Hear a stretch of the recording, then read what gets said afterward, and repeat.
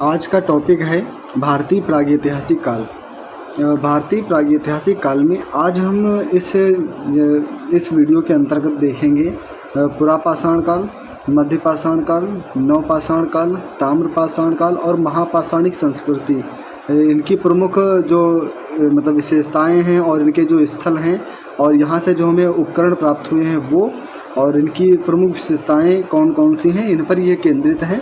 तो ये जो वीडियो है ये यूपी ग्रेड के विद्यार्थियों के लिए बहुत ज़्यादा इम्पोर्टेंट है, क्योंकि इसमें ना वो इन्फॉर्मेशन ऐड की गई है जो किसी ना किसी प्रीवियस ईयर क्वेश्चन में पूछी गई है। तो इसीलिए यह वीडियो बहुत ज़्यादा इम्पोर्टेंट है यूपी ग्रेड के विद्यार्थियों के लिए। और भी जितने टीचिंग एग्ज़ाम्स होते हैं जिनमें हिस्ट्री पूछी जाती है वो सभी भी इसको देख सकते हैं। तो चलिए शुरू करते हैं। तो सबसे पहले हम देखते हैं जो इतिहास है, इतिहास को हम 3 पार्ट्स में डिवाइड करते हैं। इतिहास को 3 पार्ट्स में डिवाइड किया जाता है, एक प्रागैतिहासिक काल और दूसरा आधे ऐतिहासिक काल और तीसरा ऐतिहासिक काल। प्रागैतिहासिक काल, आधे ऐतिहासिक काल और ऐतिहासिक काल। प्रागैतिहासिक काल हम उस काल को कहते हैं जिसमें लिखित विवरण उपलब्ध नहीं है, ना तो लिखित साक्ष्य है ना उन्हें पढ़ा ही गया है। जब लिखे ही नहीं है तो पढ़ा कैसे जाएगा।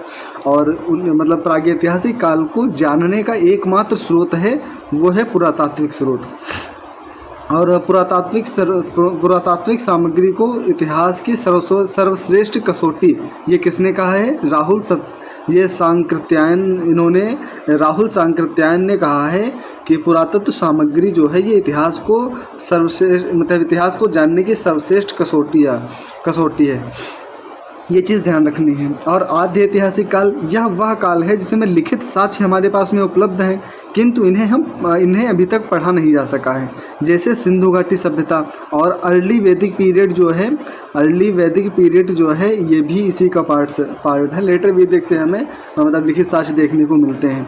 और ऐतिहासिक काल जो है ये इसमें लिखित साक्ष्य भी प्राप्त हैं और इन्हें पढ़ा भी जा चुका है। जैसे छठी ईसा पूर्व के बाद का जो टाइम पीरियड है वो, छठी ईसा पूर्व के बाद का जो टाइम पीरियड है वो हम इसी के अंतर्गत पढ़ते हैं। अब हम देखते हैं उत्खनन की विधियां जो हमें देखने को मिलती हैं। उत्खनन की जो हमें विधियां देखने को मिलती हैं वो 2 टाइप से देखते हैं हम। शैर्सिक अनुबंधन उत्खनन संस्कृति के कालक्रम तांते यानी कालक्रम को जानने के लिए उपयुक्त होती है। और मार्टिमल ये जो है इसको ध्यान रखना है, इस लाइन को ध्यान रखना है कि मार्टिमर व्हीलर ने इसकी तुलना ऐसी रेलगाड़ी की समय सारणी से की है जिसकी गाड़ी का कोई पता नहीं है। ये चीज़ ध्यान रखनी है। उसके बाद हम आते हैं प्रागैतिहासिक काल में। सबसे पहले देखते हैं पुरापाषाण काल। प्रागैतिहासिक काल को पाषाण काल की भी कहा जाता है और पाषाण काल को 3 पार्ट्स में डिवाइड किया जाता है, पुरापाषाण काल और मध्यपाषाण काल और उसके पुरापाषाण काल, मध्यपाषाण काल और नवपाषाण काल। तो 3 पार्ट्स में डिवाइड किया जाता है, पुरापाषाण काल, मध्यपाषाण काल और नवपाषाण काल। पुरापाषाण काल में देखते हैं हम, इस काल का जो मानव था ये मुख्यतः ये आखेटक था। आखेटक इन द सेंस ये शिकार करता था और इसका जो मुख्य भोजन था ये कच्चा मांस खाता था, कच्चा मांस, और जो जंगल में जो फल फूल मिलते थे उनको खाता था। पुरापाषाण काल को भी फर्दर 3 पार्ट्स में डिवाइड किया जाता है, निम्न पुरापाषाण काल और मध्य पुरापाषाण काल, उच्च पुरापाषाण काल। हम इनकी प्रमुख विशेषताओं को देखते हैं। यहाँ पे आप देख पा रहे होंगे इस तरफ इसकी विशेषताएं लिखी हुई हैं और ये एक टाइम पीरियड दिया हुआ है। तो देखते हैं सबसे पहले निम्न पुरापाषाण काल का जो टाइम पीरियड है ये 20 लाख ईसा पूर्व से लेकर 1 लाख ईसा पूर्व तक माना जाता है। और निम्न पुरापाषाण काल का जो मानव था ना ये था होमो इरेक्टस को सीधा चलने वाला मानव कहते हैं। जो सबसे पहले मतलब सीधा खड़ा हुआ वो होमो इरेक्टस था। और प्रमुख जो औजार थे वो हैंडेक्स यानी हस्तकुठार और क्लीवर परंपरा या असूलियन औजार भी इनको बोलते हैं। असूलियन संस्कृति के औजार हमें निम्न पुरापाषाण काल में देखने को मिलते हैं।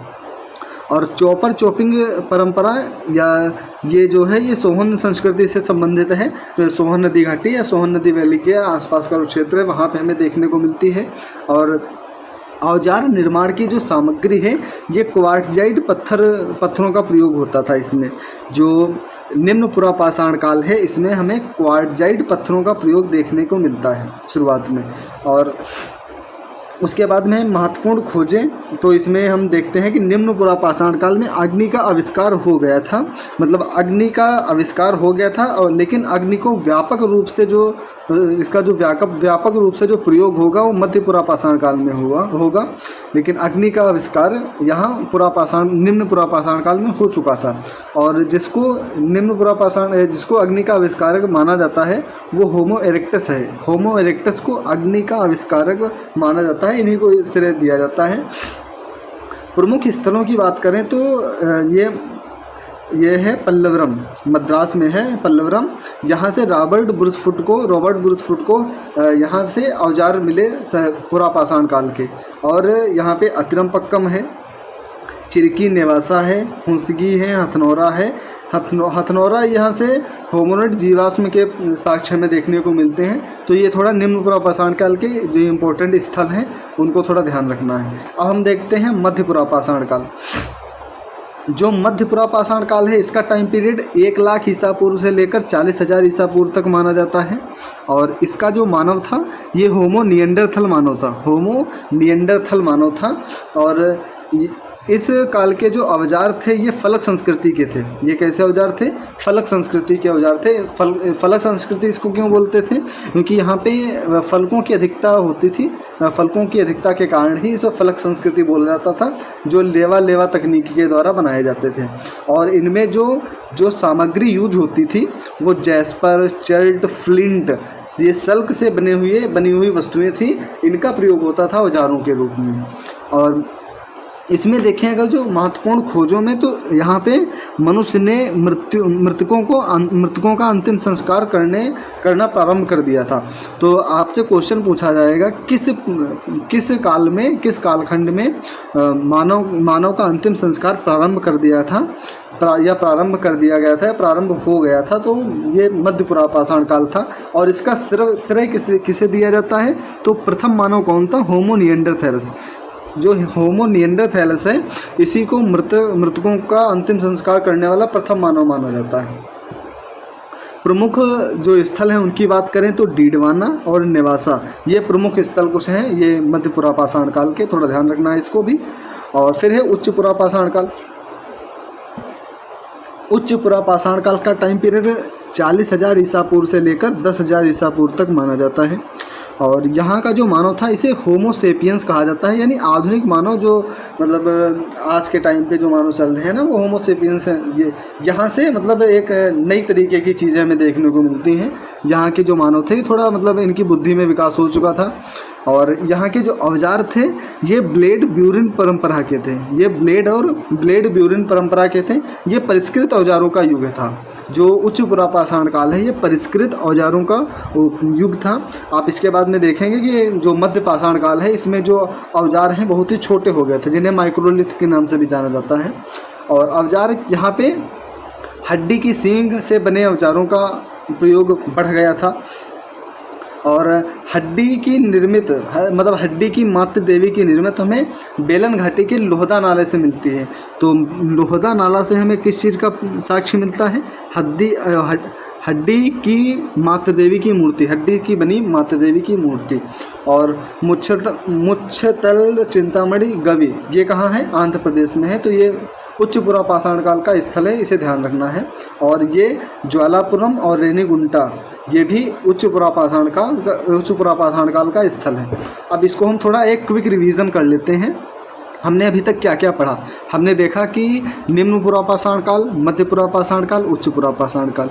निम्न पुरापाषाण काल का टाइम कितना है? 25 लाख ईसा पूर्व से 1 लाख ईसा पूर्व तक। मध्य पुरापाषाण काल का टाइम पीरियड 1 लाख ईसा पूर्व से लेकर 40,000 ईसा पूर्व तक। उच्च पुरापाषाण काल का टाइम पीरियड कितना है? 40,000 ईसा पूर्व से 10,000 ईसा पूर्व तक। होम और जो निम्न पुरापाषाण काल है इसमें होमो इरेक्टस मानव था, सीधा चलने वाला मानव था। मध्य पुरापाषाण काल में जो था वो होमो निएंडरथैलस मानव था। ये होमो निएंडरथैलस मानव है, इसी ने अंतिम संस्कार करने की प्रथा शुरू की थी। और उच्च पुरापाषाण काल का जो मानव था ये होमो सेपियंस इसको माना जाता है। निम्न पुरापाषाण काल के जो औजार थे वो हैंडेक्स क्लीवर परंपरा के थे। और निम्न पुरापाषाण काल के जो औजार थे इन्हें असियूलियन संस्कृति या असियूलियन औजार भी कहा जाता है। चॉपर चॉपिंग परंपरा के औजार हमें कहाँ देखने को मिलते हैं? निम्न पुरापाषाण काल में। क्वार्टजाइट पत्थरों का प्रयोग कहाँ होता था? निम्न पुरापाषाण काल में। अग्नि का आविष्कार ये कहाँ पे हुआ? निम्न पुरापाषाण काल। होमो इरेक्टस मानव को श्रेय दिया जाता है। और पल्लवरम रॉबर्ट बुशफुट ने यहाँ से औजार प्राप्त किए। यहाँ से पुरापाषाणिक औजार प्राप्त हुए रॉबर्ट बुशफुट को। और मध्य पुरापाषाण काल में फलकों की अधिकता के कारण इसे फलक संस्कृति भी बोला जाता है। लेवा तकनीकी का प्रचलन बढ़ गया और जो औजार थे ये जैस्पर, चर्ट, फ्लिंट, सल्क से बनी वस्तुओं के होते थे। और मध्य पुरापाषाण काल में मृतकों का अंतिम संस्कार होने लगा। और प्रथम मानव कौन था? तो ये होमो निएंडरथैलस था। डीडवाना, निवासा ये प्रमुख इंपॉर्टेंट साइट्स हैं ये मध्य पुरापाषाण काल की। उच्च पुरापाषाण काल, इसमें जो औजार थे ये ब्लेड ब्यूरिन परंपरा के थे। और ये जो ब्लेड ब्यूरिन परंपरा के थे और बहुत ज़्यादा परिष्कृत औजारों का युग इन्हें कहा जाता है। तो ऐसे क्वेश्चन आ जाए कि परिष्कृत औजारों का युग किसे कहा जाता है? उच्च पुरापाषाण काल। अगर ऐसे दिया हो कि पुरापाषाण काल, मध्य पाषाण काल और नवपाषाण काल, तो उसमें हम मध्य पाषाण काल को लगाएंगे क्योंकि ये मध्य पाषाण काल का प्रारंभिक चरण होगा। और उच्च पुरापाषाण काल का मतलब ये लेटर चरण होगा, मतलब बाद का चरण होगा जहाँ से ये मध्य पाषाण काल शुरू हो रहा होगा, वो परिष्कृत औजारों का युग होगा।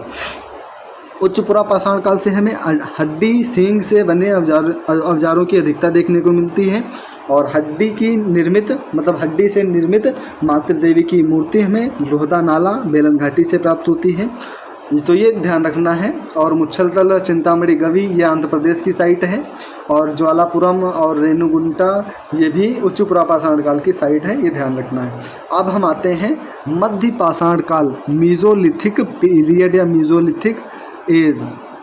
ये जो मीजोलिथिक एज है इसे संक्रमण काल भी कहते हैं, इसे ट्रांजिशन फेज कहते हैं।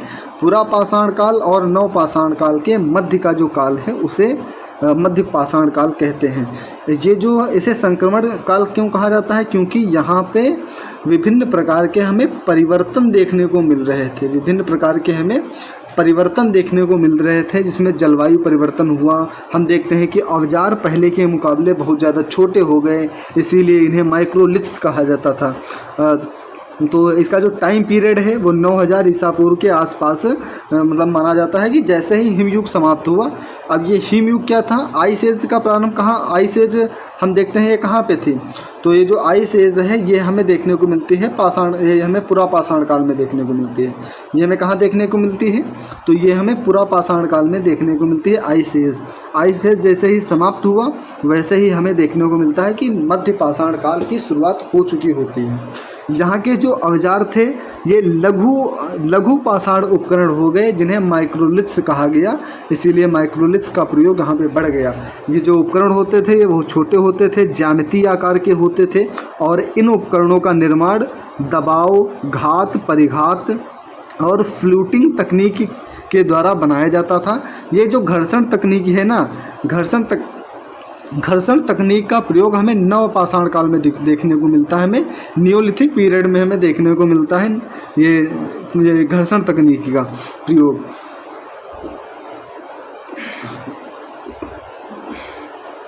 और मध्य पाषाण काल के जो औजार हैं ये 1867 ईस्वी में सीएल कार्लाइल के द्वारा विंध्य क्षेत्र से प्राप्त किए गए। और अगर जो इनकी जीवन शैली की बात करें, मध्य पाषाण काल के जो मानव थे इनके जीवन शैली की बात करें तो ये शिकार करते थे, खाद्य संग्रह करते थे, मछली पकड़ते थे। यानी जो पहले वाला जो पूरा पाषाण काल का मानव था ये खाद्य ये जो था ये शिकारी था, ये आखेटक था। उसके बाद में मध्य पाषाण काल में आखेटक भी है और खाद्य संग्रह भी कर रहा है, मछली भी पकड़ रहा है, यानी ये अन्य विभिन्न प्रकार के भोजनों पे भी निर्भर है। और मध्य पाषाण काल की अगर जो उपलब्धि की बात करें तो यहाँ पे पशुपालन का प्रारंभ हो चुका होता है। पशुपालन की शुरुआत हमें मध्य पाषाण काल यानी मीजोलिथिक पीरियड से देखने को मिलती है। और पशुपालन के प्राचीनतम साक्ष्य आदमगढ़ और बागौर, आदमगढ़ मध्य प्रदेश और बागौर राजस्थान, यहाँ से हमें देखने को मिलता है पशुपालन के साक्ष्य। जो बागौर है ये कोठारी नदी के तट के पास स्थित है और ये सबसे बड़ा मध्य पाषाणिक स्थल है। मध्य पाषाणिक वास क्षेत्र से कहा जाता है सबसे बड़ा मध्य पाषाण काल का। और सवाधान की बात करें तो मानव कंकाल की, तो सराय नाहर राय और महादहा ये प्रतापगढ़ उत्तर प्रदेश में है। यहाँ से अच्छी खासी की लंबाई के अस्थि पंजरों से युक्त सवाधान हमें देखने को मिले हैं। दमदमा प्रतापगढ़, यहाँ से हाथी दांत का लटकन और 21 मानव सवाधान यहाँ से भी प्राप्त हुए हैं। और महादहा से हमें पशुवध यानी बूचड़ खाना का साक्ष्य हमें कहाँ से मिलता है? महादहा से। फिर देखते हैं बहुत इम्पोर्टेंट साइट, ये है भीमबेटका। ये कौन सी साइट है? भीमबेटका। भीमबेटका कहाँ है? तो ये मध्य प्रदेश में है। यहाँ से हमें पाषाण चित्रों का बनना, जो पाषाण चित्रों का जो बनना है वो हमें यहाँ से देखने को मिलता है कि भीमबेटका में हमें यहाँ के जो चित्र है ना, इनसे हमें इनके जीवन के बारे में साक्ष्य, मतलब जीवन के बारे में पता चलता है कि उस टाइम के मानव किस तरीके का जीवन रहा होगा। क्योंकि हम चित्रों पे उन्हीं चीज़ों को उतारते हैं जो चीज़ें हमने रियल लाइफ में देखी होती हैं। उसके बाद में फिर मोस्ट इम्पोर्टेंट जो पीरियड हम उसको कह सकते हैं वो है नवपाषाण काल यानी नियोलिथिक एज।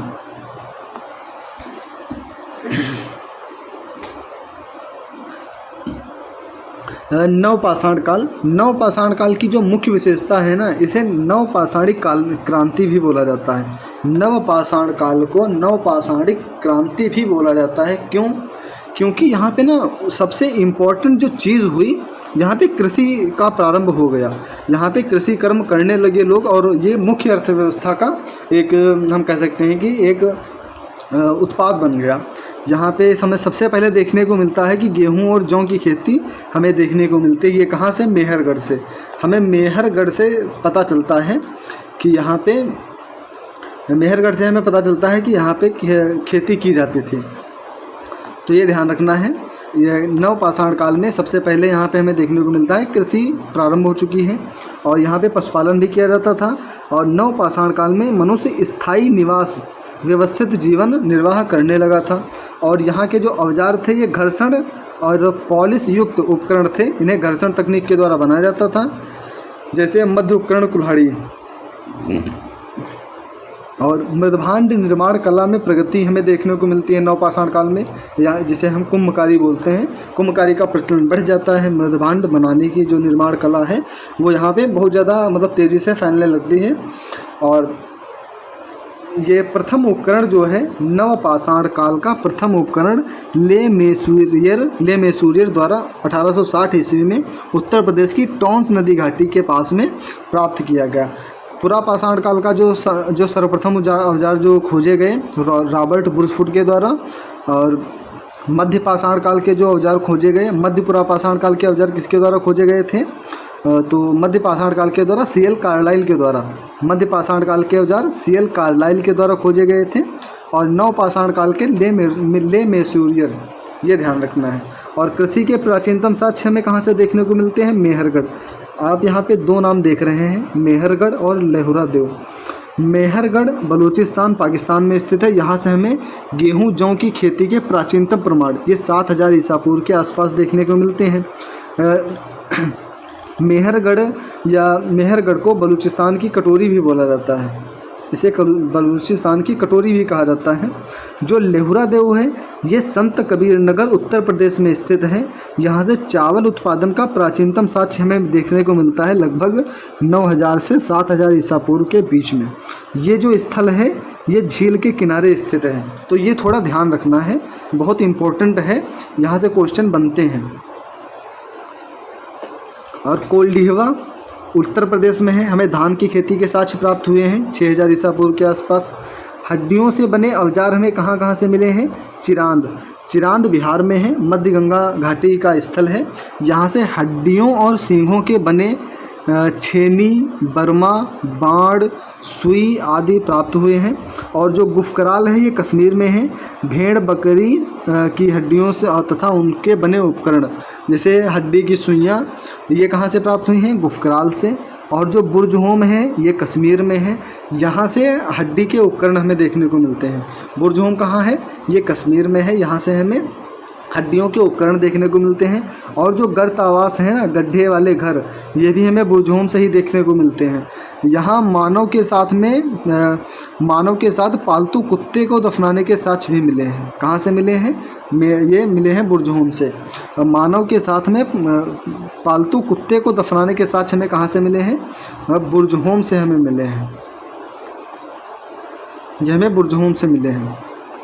फिर उसके बाद में गुफकराल। गुफकराल से भी गर्त आवास प्राप्त होते हैं। राख के टीले दक्षिण भारत की नवपाषाणिक बस्तियों की विशेषता रही है। राख के टीले हमें दक्षिण भारत में मुख्यतः देखने को मिलते हैं। जैसे उतनूर है, पल्लवाय है आंध्र प्रदेश में, पिगली हिल कर्नाटक से है। और अन्य स्थल जैसे हैं सुरनियार है बिहार, और महागढ़ा, लिंगसुगुर, और जो ब्रह्मगिरी है, ब्रह्मगिरी, संगलकल्लू, टिकलीहल, ये कुछ इम्पोर्टेंट साइट्स हैं ये नवपाषाणिक की। ये थोड़ा ध्यान रखना है इनको भी। नेक्स्ट है ताम्रपाषाण काल, यानी कैल्कोलिथिक पीरियड, या इसे चैल्कोलिथिक पीरियड भी बोला जाता है। ताम्रपाषाण इसे क्यों कहते हैं? क्योंकि यहाँ पे जो तांबा और पत्थर के हथियारों का प्रयोग एक साथ होता था। और इनकी जो अर्थव्यवस्था थी ये मुख्य रूप से ग्रामीण संस्कृतियाँ थीं। और जो दैमाबाद है और इनाम गांव है, ये जो दो साइट्स हैं, यहाँ से हमें कुछ बस्तियाँ देखती हैं कि ये नगरीय अवस्था की ओर इंगित करती हैं। और प्रथम धातु जो खोजी गया जिसका प्रारंभ हुआ वो तांबा थी, लगभग 5000 ईसा पूर्व। सर्वाधिक तांबा देने वाली जो खाने हैं बिहार में है, गुजरात, राजस्थान की खेतड़ी ये हैं। भारतीय उपमहाद्वीप में धातु का पहला प्रमाण हमें कहाँ से देखने को मिलता है? मेहरगढ़ से। ये तांबे की बनी ड्रिल हमें कहाँ से मिलती है? मेहरगढ़ से। ये मोस्ट इम्पोर्टेंट, इसको मार्क करके रखिएगा। ये क्वेश्चन बन सकता है, अगर जो बनेगा तो ये क्वेश्चन बहुत से लोगों से गलत भी हो सकता है। भारतीय उपमहाद्वीप में धातु का जो पहला साक्ष्य वो कहाँ से मिलता है? मेहरगढ़ से। उसके बाद में है संस्कृतियाँ और स्थल। जो ताम्रपाषाणी संस्कृतियाँ हैं उसमें कायथा है, गणेश्वर है, आहार संस्कृति है, मालवा है, जौरवे है। जौरवे हमें महाराष्ट्र क्षेत्र में, मतलब दक्षिण भारत में हमें देखने को मिलती है। जो कायथा संस्कृति है ये मध्य प्रदेश में है, उज्जैन में छोटी काली सिंधु नदी के तट पे स्थित है। और गणेश्वर सभ्यता है ये राजस्थान में है, सीकर जिले में कांतली नदी के उद्गम स्थल पर है। इसे ताम्रयुगीन संस्कृतियों की जननी कहा जाता है। इस लाइन को याद रखना है कि ताम्रयुगीन संस्कृति की जननी किसे कहा जाता है? गणेश्वर सभ्यता को। और आहार संस्कृति, बनास संस्कृति इसे भी बोला जाता है, ये राजस्थान में ही है। उदयपुर में बनास नदी घाटी पर स्थित है। और ताम्रवती, तांबे वाली जगह, ताम्रवती का मतलब तांबे वाली जगह। और ब्लेक एंड रेड वियर संस्कृति के नाम से किसे जाना जाता है? आहार संस्कृति को। ब्लैक एंड रेड वियर संस्कृति के नाम से किसे जाना जाता है? आहार संस्कृति को। यहाँ से पत्थर की जगह हमें ज़्यादातर तांबे के औजार देखने को मिल रहे हैं। तो पत्थर की जगह ज़्यादातर तांबे के औजार हमें कहाँ से मिले हैं? आहार संस्कृति से। फिर है मालवा संस्कृति, मध्य प्रदेश में। नवदा टोली जो है सबसे ग्रामीण बस्ती देखने को मिलती है। नवदा टोली एक किस संस्कृति का स्थल है? मालवा संस्कृति का। और जौरवे संस्कृति महाराष्ट्र में है, दैमाबाद, इनामगांव, सोनगांव, चंदौली। जौरवे संस्कृति के इम्पोर्टेंट साइट्स दैमाबाद, इनामगांव, सोनगांव, चंदौली। और जौरवे संस्कृति की अगर जो बात करें ना, इसकी विशेषताएं जो हैं, ये मृतकों के निचले पैर को दफनाने से पहले काट देते थे। जो मृतकों के जो पैर होते थे ना, इनको दफनाने से पहले इनको काट देते थे। इनाम गांव से हमें वृत्ताकार और आयताकार गर्त गृहों के साक्ष्य भी मिले हैं। इनाम गांव से हमें वृत्ताकार और आयताकार गर्त गृहों के साक्ष्य भी मिले हैं। और सर्वाधिक ताम्र संचय हमें गुंगेरिया मध्य प्रदेश से प्राप्त हुआ है। लगभग 424 तांबे के औजार देखने को मिलते हैं। फिर हम देखते हैं महापाषाणिक संस्कृति, मेगालिथिक कल्चर। ये मेगालिथिक से ही आपको पता चल रहा होगा कि यहाँ पे महा मतलब महान या बड़े बड़े और पाषाण मतलब पत्थर। महापाषाणिक संस्कृति में हमें बड़े बड़े पत्थरों का प्रयोग देखने को मिलता है। मेगालिथिक का प्रयोग हमें देखने को मिलता है। ये नव पाषाण युग की समाप्ति के पश्चात दक्षिण भारत में प्रारंभ हुए। मृतकों के अवशेषों को सुरक्षित रखने के लिए बड़े बड़े पत्थरों का प्रयोग किया जाता था। और जो डोलमेंस थी, डोलमेंस का मतलब था गड़े हुए मुर्दों पर निर्मित समाधियाँ। ये बिल्कुल मतलब एक स्तूप के टाइप से इसे बनाया जाता था। गड़े हुए मुर्दों पर निर्मित जो समाधियाँ होती थी उन्हें डोलमेंस कहते हैं, या डोलमेंस कहा जाता है। मुख्य रूप से लौह काल से संबंधित है। जो महापाषाण काल है ये मुख्य रूप से लौह काल से संबंधित है। और ये कृषि कर्म से परिचित थे। लोहे के उपकरणों जैसे फावड़ा, हंसिया और छोटे शस्त्र हुए, और घोड़े की लौह उपकरण हुए, तलवार है, कटार है, त्रिशूल है, इन सभी का प्रयोग व्यापक रूप से करते रहे थे। और इम्पोर्टेंट साइट्स की बात करें अगर जो ये मेगालिथिक कल्चर की तो मस्की है, ब्रह्मगिरी है, हल्लूर है कर्नाटक में, नागार्जुन कोंड है और कदमपुर है आंध्र प्रदेश है। तो ये कुछ इम्पोर्टेंट साइट्स हैं महापाषाणिक या मेगालिथिक कल्चर की। अब देखते हैं कुछ इम्पोर्टेंट जो पुरातत्वविद हैं इनकी कुछ अवधारणाएं हैं, इनको देख लेते हैं। सबसे पहले देखते हैं रॉबर्ट ब्रूसफुट। जो रॉबर्ट ब्रूसफुट हैं ये प्रागैतिहासिक इतिहास के अध्ययन का आरंभ करने वाले जो हैं, करने का जो श्रेय है ये रॉबर्ट ब्रूसफुट को दिया जाता है। और रॉबर्ट ब्रूसफुट को भारतीय प्रागैतिहासिक काल का जनक भी इन्हें कहा जाता है। भारतीय प्रागैतिहासिक काल का जनक किसे कहा जाता है? रॉबर्ट ब्रूसफुट को। अलेक्जेंडर कनिंघम ये भारतीय पुरातत्व विभाग ASI के प्रथम महानिदेशक बने। भारतीय पुरातत्व का जनक भी कहा जाता है अलेक्जेंडर कनिंघम को। जॉन मार्शल जो हैं, ये जो जॉन मार्शल हैं, जॉन मार्शल को, एक मिनट रुकना, जॉन मार्शल को 1902 से 1928 तक ASI के महानिदेशक के रूप में नियुक्त किया गया था। ये ASI के महानिदेशक 1902 से लेकर 1928 तक कौन रहा? John Marshall. H. हरग्रीव्स जो है ये जॉन मार्शल के बाद में ASI के अध्यक्ष बने। जॉन मार्शल के बाद में जो अध्यक्ष बने ASI के वो H. हरग्रीव्स थे। दयाराम साहनी ये प्रथम भारतीय ASI के महानिदेशक थे, 1931 में बनाए गए। और जो ले मैसूरियर हैं, ले मैसूरियर ध्यान आ रहा है, ये मध्य पाषाण काल से जुड़े हुए हैं। ले मैसूरियर मध्य पाषाणिक जो स्थल थे उनकी खुदाई का साक्ष्य, मतलब मध्य पाषाणिक जो खुदाई है ये उससे संबंधित है।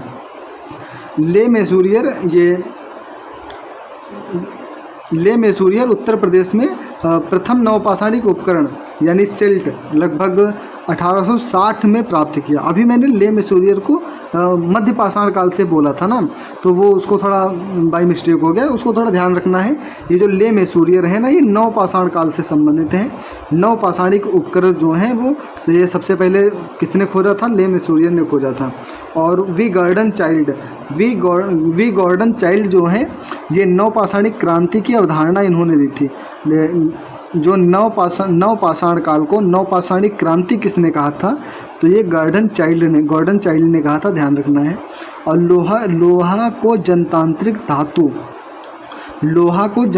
धातु किसने कहा था?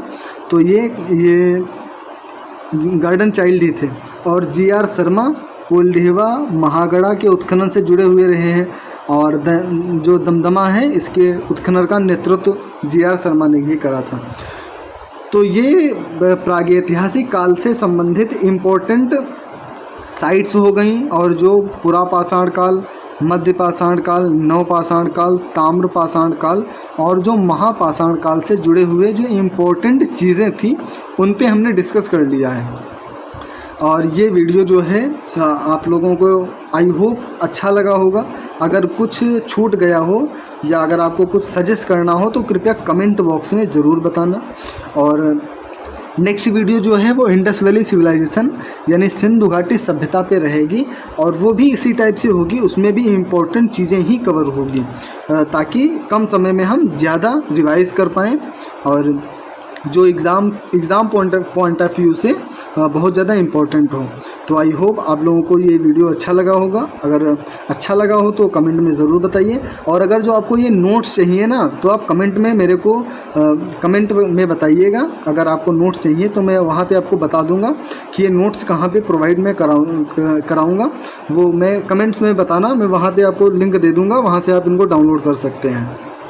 ठीक है, तो अगर आपको ये वीडियो अच्छा लगा हो ना तो इसको अपने फ्रेंड्स के साथ में ज़रूर शेयर करना ताकि उनको भी लाभ मिले। तो चलिए आज के लिए बस इतना ही, बाकी नेक्स्ट वीडियो में मिलते हैं, जल्द ही अपलोड होगी और वो जो है इंडस वैली सिविलाइजेशन की रहेगी।